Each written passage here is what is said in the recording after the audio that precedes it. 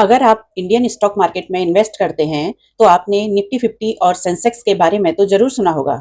लेकिन क्या आपने एमएससीआई इंडिया इंडेक्स के बारे में सुना है?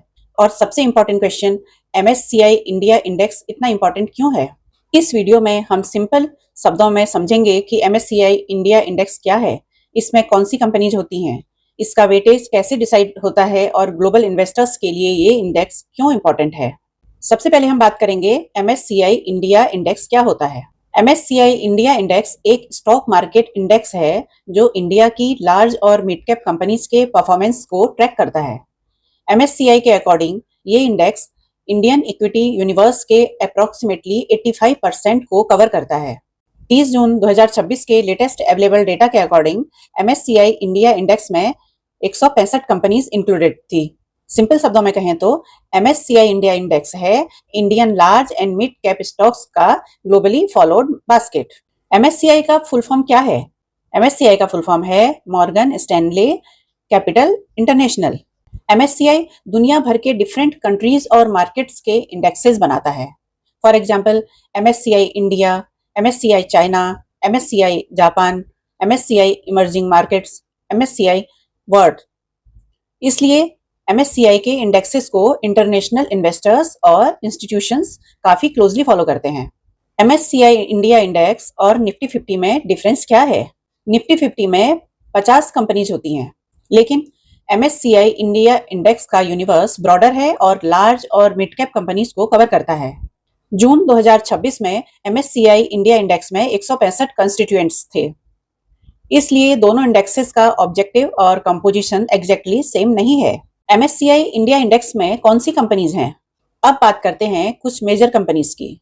30 जून 2026 के डेटा के अकॉर्डिंग टॉप कंस्टिट्यूएंट्स में HDFC bank 7%, Reliance industries 6.07%, ICICI bank 5.62%, Bharti Airtel 3.91%, Axis bank 2.39%, Infosys 2.35%, Larsen and Toubro 2.15%, Mahindra and Mahindra 2.06%, Bajaj finance 1.93% और कोटक महिंद्रा बैंक 1.65% इंक्लूडेड थे।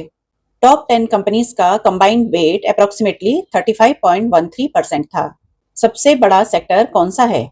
अगर सेक्टर वाइज देखें तो फाइनेंशियल्स एमएससीआई इंडिया इंडेक्स का सबसे बड़ा सेक्टर है। 30 जून 2026 के अकॉर्डिंग फाइनेंशियल्स 31.17%, इसके बाद consumer discretionary 11.97%, industrials 11.37%, materials 8.67%, energy 8.33%, information technology 6.34%, health care 6.29%, consumer staples 5.58%, communication services 5.01%, utilities 3.93% और रियल एस्टेट 1.34%। यानी इंडेक्स में फाइनेंशियल कंपनीज का वेट काफी सिग्निफिकेंट है। एमएससीआई इंडिया इंडेक्स में वेटेज कैसे डिसाइड होता है? यहाँ एक इंपॉर्टेंट कंसेप्ट है, free float adjusted market capitalisation.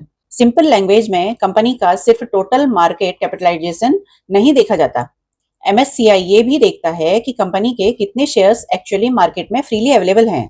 इसलिए किसी कंपनी का टोटल मार्केट कैप बहुत बड़ा होने के बावजूद अगर उसके फ्रीली ट्रेडेबल शेयर्स कंपैरेटिवली कम हैं, तो इंडेक्स में उसका वेट प्रोपोर्शनेटली लोअर हो सकता है। एमएससीआई इंडिया इंडेक्स इंपॉर्टेंट क्यों है? अब सबसे important point, MSCI India index सिर्फ एक इंडेक्स नहीं है, ये इंटरनेशनल इन्वेस्टर्स के लिए इंडिया को ट्रैक करने का एक इंपॉर्टेंट बेंचमार्क है। ग्लोबल फंड्स और इंस्टीट्यूशनल इन्वेस्टर्स इंडिया में इन्वेस्टमेंट एक्सपोजर को इवेल्युएट करने के लिए एमएससीआई इंडेक्सेस को बेंचमार्क के रूप में यूज कर सकते हैं। इसलिए अगर किसी इंडियन कंपनी का एमएससीआई इंडेक्स में इंक्लूजन, एक्सक्लूजन या वेटेज में सिग्निफिकेंट चेंज होता है तो इन्वेस्टर्स उस इवेंट को क्लोजली मॉनिटर करते हैं। 30 जून 2026 के एमएससीआई डेटा के अकॉर्डिंग एमएससीआई इंडिया इंडेक्स का पी रेशियो 23.36, फॉरवर्ड पी 20.01 और पी बीवी 3.24 था। लेकिन ध्यान रखिए, सिर्फ इंडेक्स का पीई देखकर ये कंक्लूड नहीं करना चाहिए कि इंडियन मार्केट एक्सपेंसिव है या चीप। वैल्यूएशन को historical levels, earnings growth, interest rates, global markets और अदर फैक्टर्स के साथ एनालाइज करना चाहिए। MSCI इंडिया इंडेक्स का इन्वेस्टर्स के लिए क्या इंपॉर्टेंस है? अगर आप स्टॉक मार्केट इन्वेस्टर हैं, तो MSCI इंडिया इंडेक्स को ट्रैक करना यूजफुल हो सकता है, क्योंकि आपको Indian large and mid cap segment का ब्रॉडर पिक्चर मिलता है। आपको पता चलता है कि ग्लोबल बेंचमार्क में इंडियन कंपनीज का रिप्रेजेंटेशन क्या है। MSCI इंडेक्स चेंजेस से कुछ स्टॉक्स में इंस्टीट्यूशनल बाइंग या सेलिंग फ्लोज इम्पैक्ट हो सकता है। सेक्टर वाइज वेटेज से आपको मार्केट स्ट्रक्चर समझने में हेल्प मिलती है। अब हम बात करेंगे इंपॉर्टेंट डिफरेंस की, MSCI India versus MSCI India IMI। एक और कंफ्यूजन क्लियर कर देते हैं। MSCI इंडिया इंडेक्स लार्ज और मिड कैप सेगमेंट को कवर करता है, लेकिन MSCI इंडिया IMI यानी investable market index large, mid और स्मॉल कैप सेगमेंट्स को कवर करता है। MSCI के according MSCI India IMI Indian equity universe का approximately 99% free float adjusted market capitalization cover करता है। 30 जून 2026 को इसमें 625 कंस्टिट्यूएंट्स थे। तो दोनों को एक ही इंडेक्स में समझने की गलती मत करिएगा। तो दोस्तों, सिंपल शब्दों में कहें तो MSCI इंडिया इंडेक्स इंडिया के लार्ज और मिड कैप स्टॉक्स का ग्लोबली इंपॉर्टेंट बेंचमार्क है। इसमें 165 कंपनीज हैं और फाइनेंशियल्स इसका लार्जेस्ट सेक्टर है। अगर आप इंडियन स्टॉक मार्केट में इन्वेस्ट करते हैं, स्पेशली लार्ज और मिड कैप कंपनीज में, तो MSCI इंडिया इंडेक्स को समझना आपके लिए यूजफुल हो सकता है। लेकिन सिर्फ किसी कंपनी का MSCI इंडेक्स में होना इन्वेस्टमेंट डिसीजन लेने के लिए सफिशिएंट नहीं है। कंपनी के fundamentals, valuation, earning growth, debt, management quality और फ्यूचर प्रोस्पेक्ट्स को भी एनालाइज करना जरूरी है। अगर आपको ये इन्फॉर्मेशन यूजफुल लगी हो तो वीडियो को लाइक करें, शेयर करें और चैनल को सब्सक्राइब करना बिल्कुल मत भूलिएगा।